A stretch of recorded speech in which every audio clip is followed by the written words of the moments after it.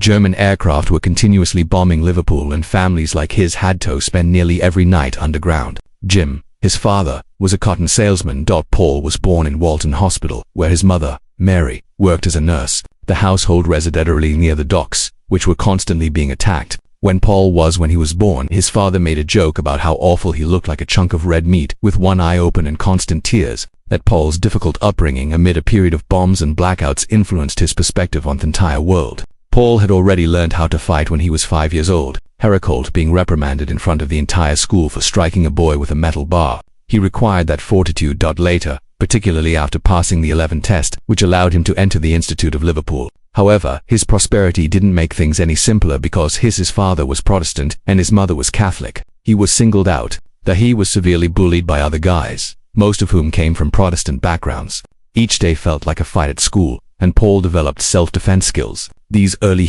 struggles stayed with him and eventually appeared in songs about perseverance and survival. The most trying time for Paul was 1956. His mother passed away on October 31st from breast cancer. She was just 47.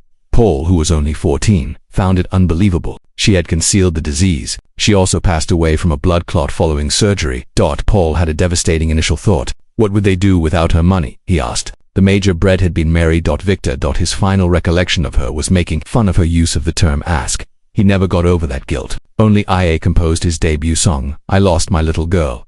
A few months later, as a means of cope with his loss, he would carry that loss with him forever. Additionally, years later, when one of his most well-known songs, Let It Be, was inspired by a dream in which she assured him that everything will be alright. Paul's Jim, my father, was more than just a salesperson. He was an accomplished musician who performed trumpet and piano. He had previously worked at Liverpool's Hippodrome Theatre, and every night, while operating the spotlights, I simply listened to music and learned it. Jim handed Paul a trumpet in 1957 in the hopes he would be his successor. However, Paul quickly discovered that he was unable to play and sing. Simultaneously playing a trumpet. Thus, he exchanged it for a $15 guitar.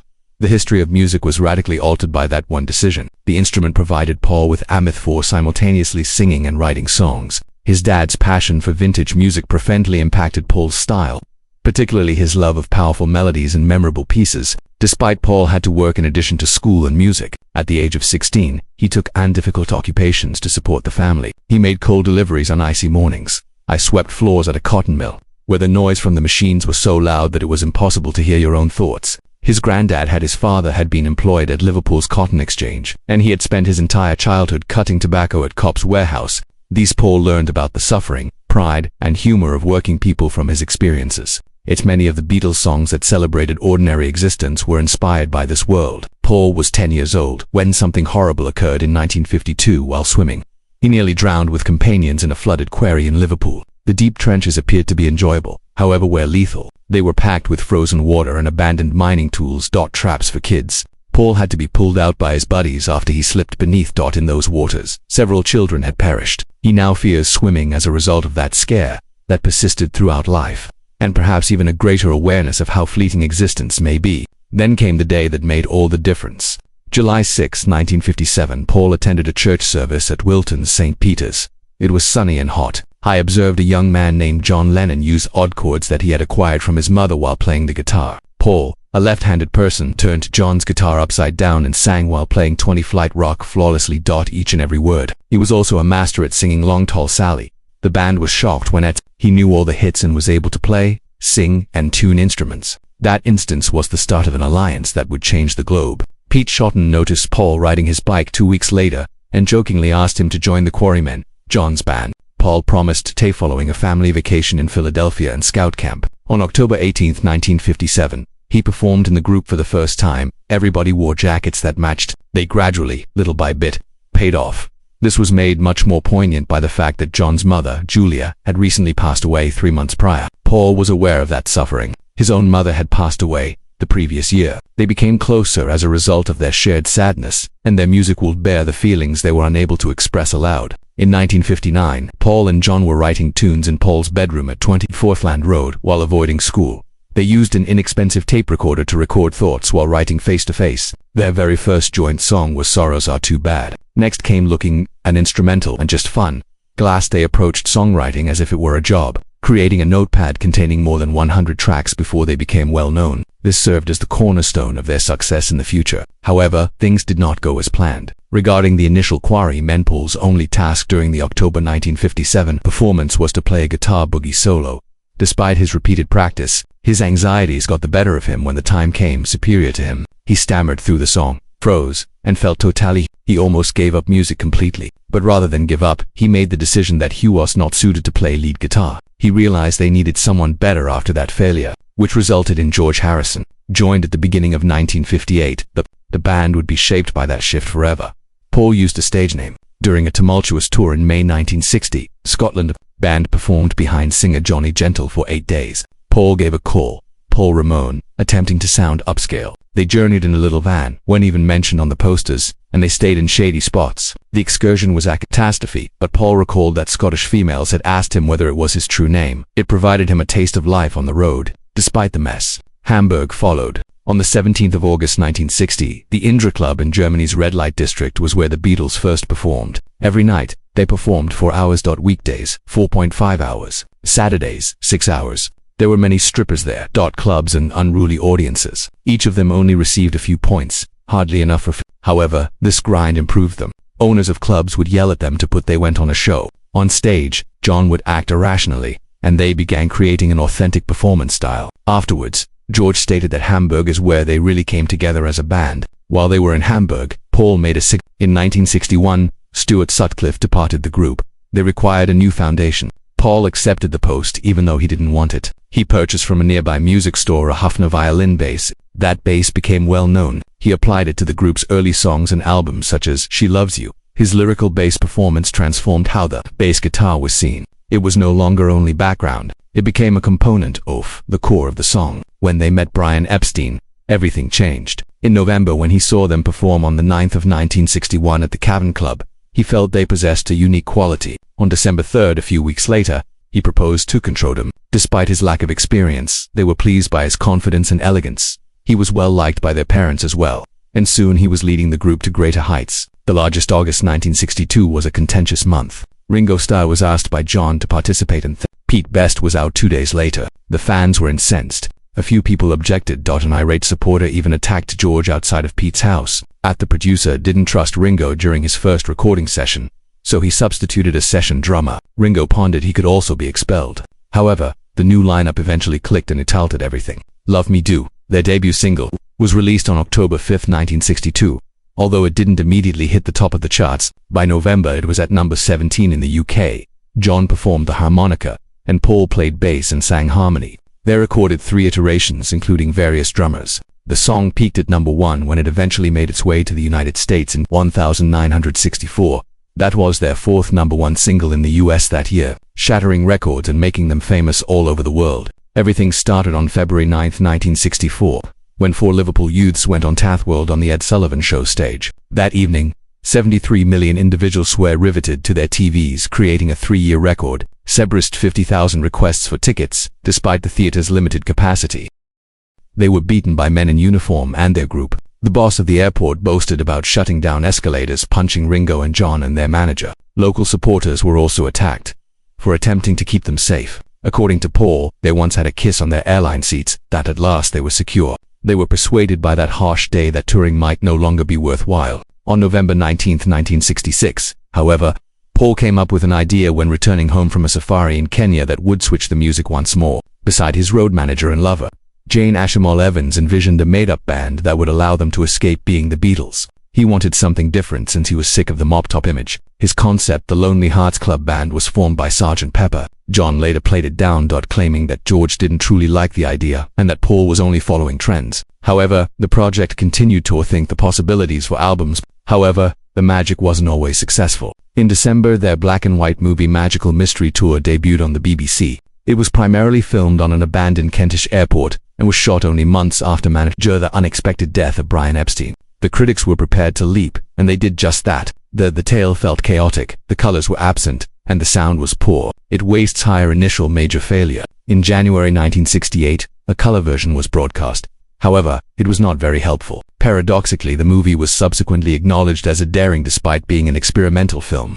The soundtrack was still a commercial success. Around at the same time, a strange rumor began to spread. Paul had an actual moped in 1966. Mishap in London. This minor incident somehow gave rise to the Paul is dead myth. Supporters thought he had passed away in a vehicle accident on November 9, 1966, and was covertly a look-alike took its place. Songs and albums were said to contain hints. Covers. The notion was widely accepted on American college campuses by 1969, and newspapers. When Life magazine released pictures in November 1969, it was finally over. Of Paul, smiling and still very much alive. Things behind the scenes in the same year were disintegrating. Tension was high during the 1968 White Album sessions. While John was greatly inspired by Yoko Ono, Paul was attempting to maintain control. Accepted chaos. Paul frequently demonstrated how to play for the others, and occasionally merrily recorded their portions on his own. George continued to harbor contempt since he felt like a supporting actor in his own band. Knowing that Yoko annoyed Paul, John welcomed her. By the time that Paul was in charge of a band that refused to obey him that year. Then, in January, Paul made a final attempt to reunite them in 1969. He developed the Get With live recordings and no studio trickery. The back project is a return to their origins. However, rather than rescuing the group, the sessions demonstrated the extent of their decline. On the 10th of January, George left. "I'm leaving the band now," Paul persisted. But the others had given up. Curiosity. The entire event was caught on camera, and what should have been a joyous occasion instead became a distressing one.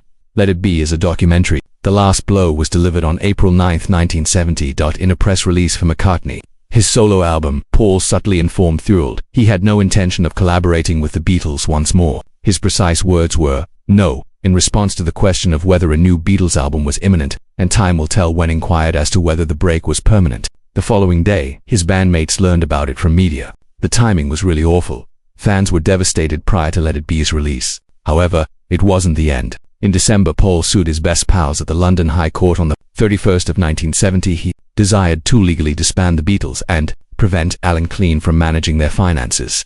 January 19, 1971, marked the beginning of the legal war. Paul maintained that Klein's leadership was scandalous as the other three Beatles justified their decision. Ultimately, on March 12, 1971, the judge decided in Paul's favor, concluding that Klein had behaved irresponsibly. Later, Paul claimed that it was the only way to keep their songs safe. The Pain Didn't How Do You Sleep was published by John Lennon in September 1971. A vicious ton that specifically targeted Paul. He labeled Paul washed up, made fun of his work, and George was even brought in to play the guitar. John's irate reaction to what he believed were subliminal references to Paul's past compositions. The resentment seeped into public mails, allegedly included insults from Klein.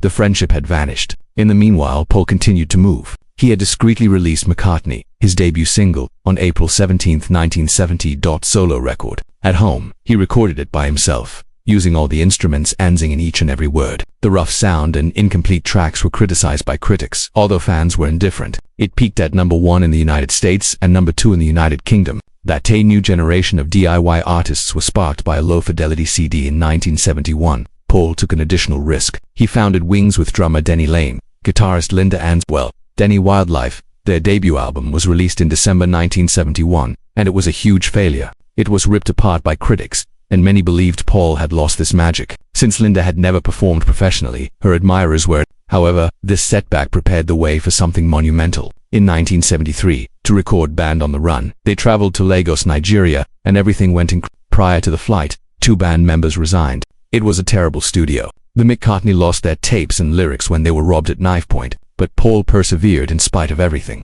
The album became his greatest post-Beatles hit, and he performed the majority of the instruments himself. It tripled platinum, topped charts in the UK, and remained at the top of the US charts for 4 weeks, as well as Australia. In 1976, Wings grew even larger. Between May 3 and June 23, they took a tour of venues and performed for more than 600,000 spectators. Since the Beatles' breakup, for the first time, Paul gave a live performance of their old hits. The band took a lavish trip while admirers cried out with delight. Ringo even brought roses to Paul's surprise on stage. The excursion was recorded live, demonstrating that Wings had grown into a powerful force. However, there was disturbance nearby. In 1980, Paul committed a grave error on January 16. He carried over 8 ounces of marijuana in his baggage when he flew into Japan. He made no effort to conceal it. He stayed for 9 days in a tiny jail cell and almost received a 7-year term. The whole Japanese Wings tour was cancelled. They lost more than $1 million. Only George Harrison was able to make contact. After that arrest, the band disbanded in April 1981. Behind Paul had been experiencing a more subdued form of romance during those scenes. It was on May 15, 1967, when he first met Linda Eastman. At a time when the Beatles were disintegrating. They got married on March 12, 1969. They had kids, went on tours together, and hardly ever separated for more than a few days. Linda died of the same condition, breast cancer, on April 17, 1998. Paul's mother was taken by that in 1956. For almost a year, he wept, saying, "Guy lost my girlfriend." Paul tried to move on after Linda's passing. In 2002, he wed Heather Mills, but their marriage ended abruptly. They possessed a daughter, Beatrice, in 2003.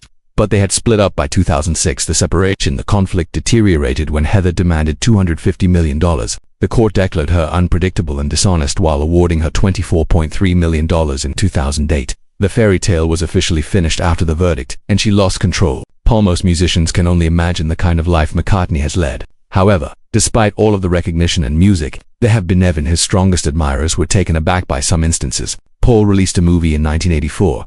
Give My Regards to Broad Street is the title. It was meant to be his big Hollywood moment. Something artistic and personal since he created it, wrote it, and he himself starred in it. However, the film was such a failure that it became one of the biggest film disasters involving celebrities. The production cost was $9 million, but barely made $1 million in theaters. A little more than 500,000 arrived on the first weekend of operation. Not only did they avoid it, they detested it. His performance was criticized as stiff and uninteresting by critics, and audiences never gave it another go. In the UK, the soundtrack continued to do well, even making it to the top of the charts, but it was unable to salvage the film's image. Paul's dreams of becoming a successful movie star were dashed by that disaster. Next, there was a moment that took everyone by surprise in 2001. Frequently regarded as the most calm and courteous Beatle gained news after punching a photographer outside a London theatre. This wasn't a tabloid rumor. Charges of assault were really brought. It wasn't even was the first time he had done this. Earlier, in 1969, he had struck a Scotland-based photographer for Life magazine. Later, the 2001 charges were withdrawn. Fans who had only known Paul as the kind one, however, were shaken by it. It took place during a difficult period in his life, and although he continued to smile in public, it was obvious behind the scenes. There were fissures. In the same year, Paul had a significant aiding in the recovery of America following the events of September 11, 2001. On October 20th,